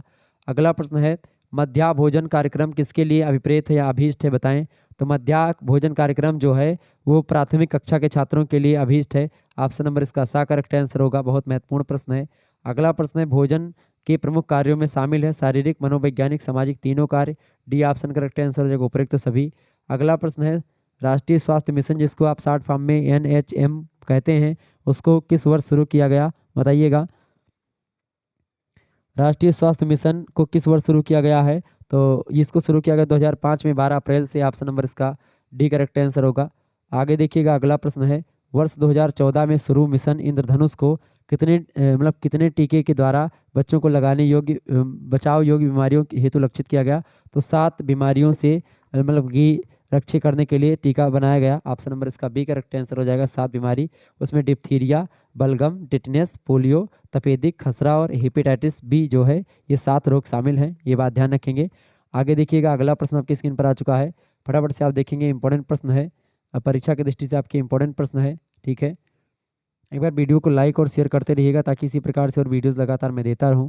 देखें, प्रश्न आपकी स्क्रीन पर क्या आ चुका है, प्रश्न आ चुका है भाई, मैककोलम के अनुसार राइबोफ्लेविन की कमी के कारण से कौन सा रोग जो होता है वो दिखाई पड़ने लगता है, फटाफट से आप बताएंगे। इंपॉर्टेंट प्रश्न है, दुर्बलता, पाचन शक्ति क्षीण हो जाना, शारीरिक वृद्धि रुकना, बताएं करेक्ट आंसर क्या हो जाएगा इसका, बताएं इसका करेक्ट आंसर क्या हो जाएगा। बिल्कुल उपरोक्त सभी डी ऑप्शन इसका राइट आंसर होगा। अगला प्रश्न, राइबोफ्लेविन की कमी से कौन सा रोग होता है, राइबोफ्लेविन की कमी से कौन सा रोग होता है, राइबोफ्लेविन की कमी से जो होता है वो चिलोसिस नामक रोग हो जाता है, इसका ए करेक्ट आंसर हो जाएगा, चिलोसिस नामक रोग हो जाता है। विटामिन B2 कहते हैं राइबोफ्लेविन को, ये बात ध्यान रखेंगे। राइबोफ्लेविन की खोज करी थी गोल्डबर्गर और उनके सहयोगियों ने, ये बात ध्यान रखेंगे। राइबोफ्लेविन का काम होता है शारीरिक वृद्धि में सहायता करना, कोशिकाओं के श्वसन में सहायता करना और हार्मोन को नियंत्रित और नियमित करना, ये काम होता है राइबोफ्लेविन का। विटामिन B2 को राइबोफ्लेविन कहा जाता है, विटामिन B1 को थायमिन कहा जाता है, ये बात ध्यान रखेंगे। ओके, आगे देखेंगे, अगला प्रश्न है, राइबोफ्लेविन की अधिकता का प्रभाव है, राइबोफ्लेविन की अधिकता का क्या प्रभाव पड़ता है, जब राइबोफ्लेविन की अधिकता हो जाती है तो उसका प्रभाव पड़ता है गुर्दों में संग्रहित होने में, option number A correct answer हो जाएगा। अगला प्रश्न है, राइबोफ्लेविन प्राप्ति का सर्वोत्तम साधन है, राइबोफ्लेविन प्राप्ति का सर्वोत्तम साधन है सूखा, खमीर, अंडे का पाउडर और यकृत, सभी में ऑप्शन नंबर डी, सभी ऑप्शन करेक्ट आंसर हो जाएगा, उपयुक्त सभी। आगे देखेंगे, इनके अतिरिक्त राइबोफ्लेविन किसमें पाया जाता है, संपूर्ण अनाज, दाल, मांस, मछली या फिर इन सभी में, तो राइबोफ्लेविन जो होता है इन सभी में पाया जाता है, दाल में, संपूर्ण अनाज में, मांस, मछली सभी में, डी ऑप्शन करेक्ट आंसर होगा। अगला प्रश्न, राइबोफ्लेविन का शोषण कहाँ पर होता है, राइबोफ्लेविन का शोषण जो होता है छोटी आंत में होता है, ए ऑप्शन करेक्ट आंसर होगा। अगला प्रश्न, राइबोफ्लेविन की दैनिक आवश्यकता किस पर निर्भर करती है, राइबोफ्लेविन की दैनिक आवश्यकता जो होती है कैलोरी पर निर्भर करती है, ऑप्शन नंबर इसका ए करेक्ट आंसर हो जाएगा, बहुत महत्वपूर्ण प्रश्न है। अगला प्रश्न, FAO या WHO ने राइबोफ्लेविन प्रति 1000 कैलोरी के लिए कितनी दैनिक आवश्यकता बताई है, तो कितनी बताई है, 55 mg मिलीग्राम, ऑप्शन नंबर, मतलब प्रति 1000 कैलोरी ऊर्जा पर आपको 55 मिलीग्राम जो है आपको क्या लेना चाहिए, कैलोरी लेनी चाहिए, ऑप्शन नंबर इसका करेक्ट आंसर क्या हो जाएगा, A option is right answer. आगे देखिए, विटामिन B3 का रासायनिक नाम क्या है, विटामिन B3 को क्या बोलते हैं, विटामिन B3 का रासायनिक नाम होता है नियासिन, नियासिन को ही निकोटिनिक अम्ल भी कहते हैं, ऑप्शन नंबर इसका सी करेक्ट आंसर हो जाएगा, आ और बा दोनों विटामिन B3 को ही कहा जाता है। अगला प्रश्न है, नियासिन को और क्या कहा जाता है, नियासिन को और क्या कहते हैं, बताएं, पैलाग्रा विरोधक विटामिन, बिल्कुल पैलाग्रा विरोधक विटामिन, विटामिन B3 को बोलते हैं नियासिन को, ये बिल्कुल ठीक है, option number A correct answer होगा। आगे देखेंगे, नियासिन के प्रमुख कार्य क्या हैं, नियासिन के प्रमुख कार्यों में कार्बोज और वसा एवं कार्बोज वसा प्रोटीन के चयापचय में सहायता करता है नियासिन, नाड़ी संस्थान को स्वस्थ रखने में, आंखों को स्वस्थ रखने में नियासिन मदद करता है, डी ऑप्शन होगा, उपयुक्त सभी कार्यों में इंपॉर्टेंट भूमिका निभाता है नियासिन। आगे देखेंगे, अगला क्वेश्चन है, नियासिन की कमी से होने वाला रोग कौन सा है, नियासिन की कमी से देखेंगे, जानते हैं कौन सा रोग होता है, पैलाग्रा रोग होता है, इसका ए ऑप्शन करेक्ट आंसर हो जाएगा, क्लियर। अगला प्रश्न, पैलाग्रा रोग को और किस नाम से जानते हैं, अच्छा, पैलाग्रा रोग जो है उसी को कि 3D रोग कहते हैं, पैलाग्रा रोग जो है वही 3D रोग होता है, ये बात ध्यान रखेंगे। पैलाग्रा रोग को क्या बोलते हैं, 3D रोग भी बोलते हैं, ए ऑप्शन करेक्ट आंसर हो जाएगा। 3D का मतलब क्या होता है, ये प्रश्न यहाँ पर है, 3D का अर्थ क्या होता है, अतिसार और मनोभ्रंश यानी कि पागलपन और त्वचा रोग, ये 3D का मतलब होता है, डी ऑप्शन उपयुक्त सभी। ये पैलाग्रा रोग होता है जो कि नियासिन की कमी से होता है, विटामिन B3 की कमी से होता है, ये बात ध्यान रखेंगे। विटामिन B1 का नाम है थायमीन, विटामिन B2 का नाम है राइबोफ्लेविन, विटामिन B3 का नाम है नियासिन, ठीक है, ध्यान रखेंगे इस बात को, ये सब रासायनिक नाम है, क्लियर। आगे देखिएगा, अगला क्वेश्चन आपकी स्क्रीन पर आ चुका है, इंपॉर्टेंट प्रश्न है परीक्षा की दृष्टि से आपके। इंपॉर्टेंट प्रश्न क्या है, भौतिक गुण और घुलनशीलता के आधार पर प्रोटीन को कितने भागों में बांटा गया है, बताइएगा। प्रश्न इंपॉर्टेंट है। भौतिक क्या प्रश्न है, भौतिक गुण और घुलनशीलता के आधार पर प्रोटीन को कितने भागों में बांटा गया है, बताएं। तो कितने भागों में, तो इसको कितने भागों में बांटा गया है भाई, फटाफट से आप बताएंगे। भौतिक गुण और घुलनशीलता के आधार पर प्रोटीन को कुल कितने भागों में बांटा गया है, इंपॉर्टेंट प्रश्न है। साधारण प्रोटीन, संयुक्त प्रोटीन या व्युत्पन्न और उद्भूत प्रोटीन या उपयुक्त सभी में बांटा गया है, बताएं। करेक्ट आंसर इसका क्या हो जाएगा, इंपॉर्टेंट प्रश्न है परीक्षा की दृष्टि से आपके, फटाफट से आप बताने का प्रयास करेंगे। बताइए, भौतिक गुण और घुलनशीलता के आधार पर प्रोटीन को बिल्कुल इन सभी भागों में बांटा जाता है। ऑप्शन नंबर इसका डी करेक्ट आंसर, उपयुक्त सभी भागों में। साधारण प्रोटीन, संयुक्त प्रोटीन, व्युत्पन्न प्रोटीन और उद्भूत प्रोटीन, ठीक है। आगे देखिएगा, अगला क्वेश्चन आपकी स्क्रीन पर आ चुका है। प्रोटीन का प्रमुख कार्य क्या है, प्रोटीन का प्रमुख कार्य क्या होता है, शरीर की वृद्धि और विकास करना, तंतुओं के पुनर्निर्माण और मरम्मत करना, ऊर्जा प्रदान करना, ये सभी काम प्रोटीन का होता है। डी ऑप्शन लगा देंगे, उपयुक्त सभी काम प्रोटीन के द्वारा किया जाता है। अगला प्रश्न, 1 ग्राम प्रोटीन कितनी ऊर्जा प्रदान करती है, तो 1 ग्राम प्रोटीन 4 कैलोरी ऊर्जा देती है। बी ऑप्शन करेक्ट आंसर हो जाएगा। लगातार परीक्षा में प्रश्न पूछा जाता है, माता के दूध में कौन सा प्रोटीन पाया जाता है, माता के दूध में जो होता है वो केसीन प्रोटीन पाया जाता है। तो यहाँ पर केसीन नहीं लिखा है, तो केसीन यहाँ पर हो जाएगा। केसीन प्रोटीन जो होता है, माता के दूध में केसीन नामक प्रोटीन पाया जाता है। अगर आपसे पूछता है कि माता के दूध में कौन सा तत्व पाया जाता है, तो आप बताते हैं लैक्टोज पाया जाता है, ठीक है। लेकिन तत्व नहीं पूछा गया, प्रोटीन पूछा गया, तो केसीन होगा। अगला प्रश्न, हीमोग्लोबिन में कौन सा प्रोटीन होता है, हीमोग्लोबिन में ग्लोबिन प्रोटीन होता है। बी ऑप्शन करेक्ट आंसर होगा। अगला प्रश्न, प्रोटीन की कमी से कौन सा रोग होता है, प्रोटीन की कमी से जानते हैं मैरास्मस रोग होता है, जिसको सूखा रोग भी कहते हैं। सॉरी, मैरास्मस, क्वासियोरकर, मैरास्मिक क्वासियोरकर, दोनों ये सभी रोग होते हैं। डी ऑप्शन लगा देंगे। अगला प्रश्न, प्रोटीन की कमी से होने वाला रोग, देखिए क्वासियोरकर रोग विटामिन मतलब कि क्वासियोरकर रोग जो होता है ये प्रोटीन की कमी से होता है। रिकेट्स रोग विटामिन डी की कमी से, बेरी बेरी विटामिन बी की कमी से। क्लियर। आगे देखिएगा, अगला प्रश्न है, ऊर्जा की कमी से होने वाला रोग, ऊर्जा की कमी से जानते हैं कौन सा रोग होता है, प्रोटीन ऊर्जा की कमी से कौन सा रोग होता है, मैरास्मस रोग होता है ऊर्जा की कमी से, ठीक है। बिल्कुल इसका ए ऑप्शन करेक्ट आंसर। पैलाग्रा और 3D रोग एक ही होते हैं, क्लियर। और किसकी कमी से होते हैं, नियासिन विटामिन की कमी से होते हैं, नियासिन विटामिन 3 कहते हैं B3 को। आगे देखिएगा, अगला प्रश्न है प्रोटीन प्रश्न है प्रोटीन कैलोरी कुपोषण किसकी कमी से होता है, बताएं। प्रोटीन कैलोरी कुपोषण किसकी कमी से होता है, प्रोटीन, ऊर्जा या ए और बी दोनों। तो प्रोटीन कैलोरी कुपोषण जो होता है वो प्रोटीन और ऊर्जा दोनों की कमी से होता है। सी ऑप्शन करेक्ट आंसर होगा। अगला प्रश्न, क्वासियोरकर के प्रमुख लक्षण क्या है, देखिए वृद्धि रुक जाती है, मानसिक परिवर्तन और मानसिक परिवर्तन, बिल्कुल डी ऑप्शन करेक्ट आंसर हो जाएगा ये सभी। अगला प्रश्न है, मैरास्मस के रोग के क्या लक्षण है, शिशु की मतलब लंबाई में कमी होती है, वजन में कमी, शिशु का अधिक उम्र में दिखना, मतलब कि अधिक उम्र में वो दिखने लगेगा, कम उम्र का है बच्चा फिर भी अधिक उम्र का लगने लगेगा। डी ऑप्शन उपयुक्त सभी रोग मतलब कि उपयुक्त सभी चीज़ें दिखाई पड़ने लगती हैं। अगला प्रश्न आपकी स्क्रीन पर आ चुका है, फटाफट से आप देखेंगे। भोज समूहों के पदार्थ, बताएं भोज समूहों के भोज पदार्थों की मात्रा को किसमें सम्मिलित करना आवश्यक होता है, तो किसमें सम्मिलित करना आवश्यक होता है, आहार नियोजन में सम्मिलित करना आवश्यक होता है। बी ऑप्शन इसका करेक्ट आंसर होगा। अगला प्रश्न है, आहार नियोजन करते समय गृहिणी को किस कला का ज्ञान होना चाहिए, तो आहार नियोजन करते समय गृहिणी को किसका ज्ञान होना चाहिए, पाक कला का ज्ञान होना चाहिए। बी ऑप्शन करेक्ट आंसर होगा। अगला प्रश्न है, आहार योजना के उद्देश्य इनमें से कौन नहीं है, आहार योजना का उद्देश्य इनमें से क्या नहीं है, देखें ये है पारिवारिक परंपराओं, धार्मिक परंपराओं और परिवार के सदस्यों की रुचि के अनुसार भोजन, बिल्कुल ये होना चाहिए। उपलब्ध साधनों, समय और ऊर्जा का अधिकतम सदुपयोग करना चाहिए, बिल्कुल ठीक है। आहारी बजट की सीमाओं में रहते हुए पौष्टिक आहार का आयोजन करना, ये भी, तो ये तीनों बिल्कुल ठीक है उद्देश्य आहार योजना के। जबकि दक्षिण भारत और विदेशी भोजन का समावेश ये कोई जरूरी नहीं है, तो डी ऑप्शन करेक्ट आंसर हो जाएगा इसका। अगला प्रश्न है, आहार आयोजन सिद्धांत में कौन अनुपयोगी है, बताएं। आहार आयोजन प्रश्न क्या है, आहार आयोजन सिद्धांत में कौन अनुपयोगी है, देखिए मधुर भोजन, पौष्टिक तत्व और साप्ताहिक तालिका ये आवश्यक है, घर की बनावट नहीं आवश्यक है। बी ऑप्शन करेक्ट आंसर होगा। अगला प्रश्न है, आहार आयोजन के समय शक्ति और धन की बचत की जा सकती है, किस तरीके से, देखिए, भोजन पकाने का एक बार निर्णय लिया जाना चाहिए एवं सूची बना करके आवश्यक पदार्थों को एक ही बार बाजार से मंगवाना चाहिए। तो पहली बचत आप कर सकते हैं यहाँ से। किसी भी खाद्य पदार्थ का बड़ा पैक सस्ता होता है, परंतु बड़ा पैक तभी खरीदना चाहिए जब उसे सुरक्षित रखने का प्रबंध आपके पास हो। तो ये दोनों तरीके से आप अपनी शक्ति और धन दोनों को बचा सकते हैं। सी ऑप्शन ए और बी दोनों करेक्ट आंसर होगा। आगे देखेंगे, अगला प्रश्न है आहार आयोजन के सिद्धांत हैं।